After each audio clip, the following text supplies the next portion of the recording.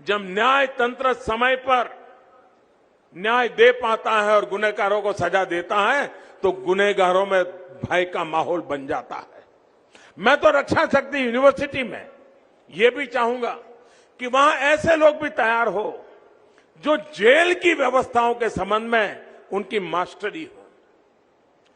Jail की व्यवस्थाएं आधुनिक कैसी बने, जेल के अंदर जो कैदी है या जो अंडर ट्रायल है उनकी साइकी को अटेंड कर करके काम करने वाले लोग कैसे तैयार हो, वो गुनाह से बाहर कैसे निकले, किस परिस्थितियों में गुनाह करने गया था, इन सारी मनोवैज्ञानिक अध्ययन का काम फॉरेंसिक साइंस यूनिवर्सिटी में भी क्रिमिनल मेंटालिटी का बहुत बड़ा अच्छा अध्ययन होता है। रक्षा शक्ति यूनिवर्सिटी में भी उसका एक पहलू होता होगा। मैं समझता हूं क्या हमारे यहां से ऐसे लोग तैयार हो सकते हैं कि जिनकी एक्सपर्टाइज यही हो, जो कैदियों के अंदर पूरे जेल के माहौल को बदलने में काम कर सकते हो, उनकी साइकी को अटेंड कर सकते हो और एक अच्छा मनुष्य बना करके वो जेल से भी बाहर निकले। इसके लिए योग्य ह्यूमन रिसोर्स की आवश्यकता होती है।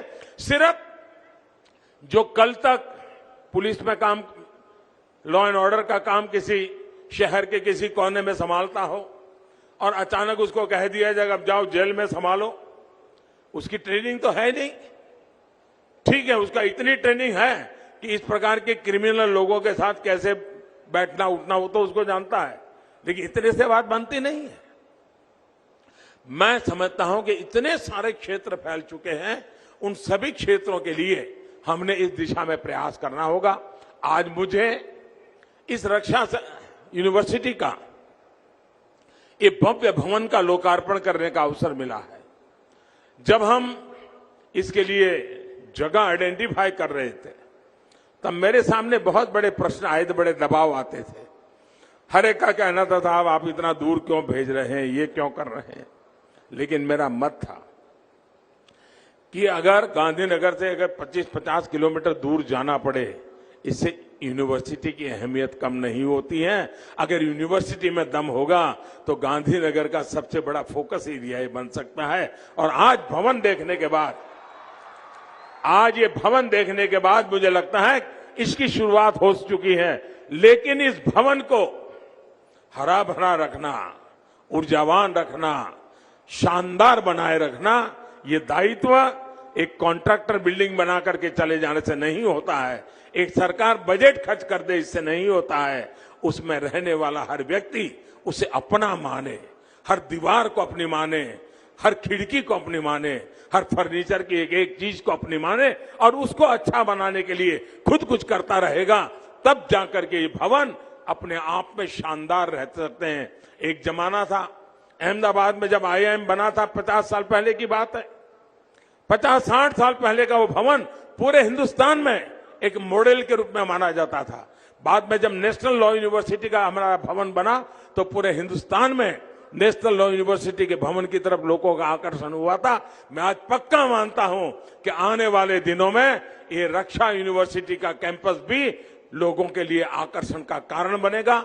हमारे कालखंड में ही IIT का जो कैंपस बना हुआ है, एनर्जी यूनिवर्सिटी का जो कैंपस बना हुआ है, नेशनल लॉ यूनिवर्सिटी का कैंपस बना हुआ है, फॉरेंसिक साइंस यूनिवर्सिटी का जो कैंपस बना हुआ है, मैं समझता हूं इसमें एक और रत्न हमारे इस रक्षा यूनिवर्सिटी का कैंपस भी एक नया रत्न बनकर के जुड़ गया और इसके लिए मैं आप सबको बहुत बहुत बधाई देता हूं। और मुझे पूरा विश्वास है कि यहां पर एक नई ऊर्जा, नई उमंग के साथ और देश का जो क्वालिटी, यानी एक प्रकार से सोसाइटी का जो कृमि बच्चे होते हैं, मैं उनसे निमंत्रण देता हूं कि आप इस काम को छोटा मत मानिए।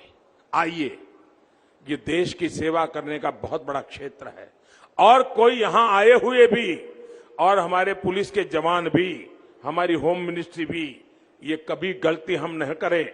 हमने न गलती की है पहले से हमारा।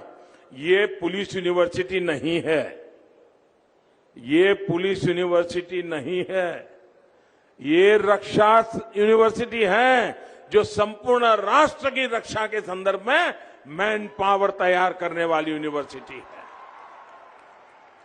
वो अनेक फील्ड में जाएंगे, यहां से ऐसे लोग भी तैयार होंगे जो रक्षा के क्षेत्र में काम करने वालों का न्यूट्रिशन क्या होना चाहिए, उसकी एक्सपर्टाइज होगी। कोई ऐसे एक्सपर्ट तैयार होंगे कि क्रिमिनल दुनिया के रिकॉर्ड बनाने के सॉफ्टवेयर कैसे होने चाहिए, उस पर काम करेंगे। जरूरी नहीं कि उसको यूनिफॉर्म पहनने की नौबत आए, लेकिन वो यूनिफॉर्म की साइकी जानता है। काम कोई भी करता है वो मिलकर के अच्छा परिणाम दे सकते हैं। इस भावना के साथ आज इस यूनिवर्सिटी का हम प्रगति की दिशा में आगे बढ़ रहे हैं। और जैसा हमने सोचा है, फॉरेंसिक साइंस यूनिवर्सिटी देश में फैलनी चाहिए, रक्षा शक्ति यूनिवर्सिटी देश में फैलनी चाहिए। और विद्यार्थी काल से बच्चे के मन में, कुछ बच्चे रहते हैं जो बचपन से सोचते हैं मुझे स्पोर्ट्स पर्सन बनना है, कुछ लोग बचपन से सोचते हैं हमें डॉक्टर बनना है, कुछ लोग बचपन से सोचते हैं हमें इंजीनियर बनना है। ये एक क्षेत्र है। भले आज एक तबका है जो आज भी नकारात्मक का वातावरण यूनिफॉर्म के प्रति बना हुआ है, लेकिन हम अपने कर्तव्य से, अपने कठोर परिश्रम से और अपने मानवीय मूल्यों की इज्जत करते हुए काम करेंगे। तो मुझे पक्का विश्वास है कि जो परसेप्शन बना हुआ है उसको बदल करके सामान्य मानवीय में विश्वास जताने का काम हमारी ये यूनिफॉर्म फोर्स कर सकते हैं। और जब यूनिफॉर्म फोर्स करता हूं तब सरकारी दायरे में काम करने वाले, पट्टा और टोपी लगाने वाले की बात में सिर्फ सीमा नहीं करता हूं। आज प्राइवेट सिक्योरिटी भी बहुत बड़ी मात्रा में बढ़ रही है। बहुत बड़ी मात्रा में प्राइवेट सिक्योरिटी का क्षेत्र बना हुआ है। और मैंने देखा है कई स्टार्टअप डेवलप हो रहे हैं जो सिर्फ रक्षा के क्षेत्र में काम कर रहे हैं। आपकी ये ट्रेनिंग ऐसे नए नए स्टार्टअप की दुनिया में आने के लिए भी आपको निमंत्रण देती है। मुझे विश्वास है कि आप जैसे साथी, मेरे नौजवान साथी, देश की रक्षा को प्राथमिकता देते हुए जब आगे आ रहे हैं, तब एक और बड़ा क्षेत्र है जिसको हमने समझना होगा। जैसे मैंने शुरू में कहा कि नेगोशिएशंस की एक आर्ट होती है।